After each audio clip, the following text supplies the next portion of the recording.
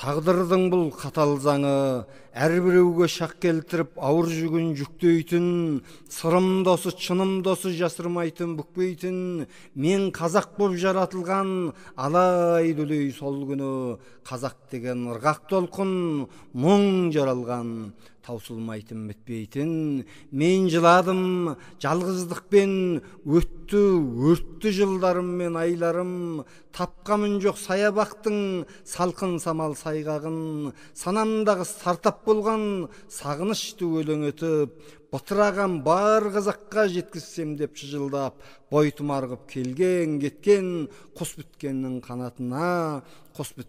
қанатына байладым. Әлі сол ырғақпен жырлап келем қазақ деген мұңымды, түсіргем жоқ құндағымда ән тербеткен, жыр тербеткен құнымды. Өмірімде менегерде адамзатқа керек болар бір ізгі іс жаратсам, тек қана жетім тайдай қазақ деген елім көрсін нұрымды. Сол мұңымды жылап тұрып әлі талай жыр етермін де, өз отыма өзім күйіп келместікке кетермін. Меніменен бірге кетер ырғақ толқын сетер мұң. Мына дүние қалар сонда иесіз үй секілденіп, шер арқалап орны болып бекердің.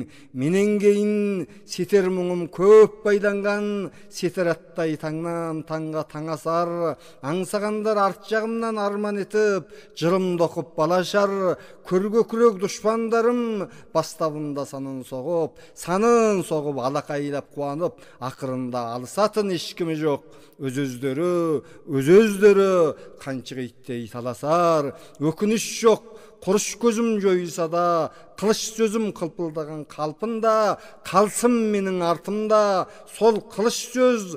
Қанға құмар дұшпандардың аш көздігін тілгілеп, ғасырларға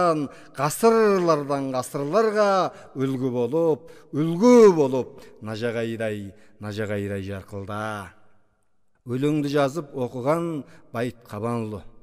Өлең ұнап жатса, арнама тіркеліп, пікір жаз отырыңыздар.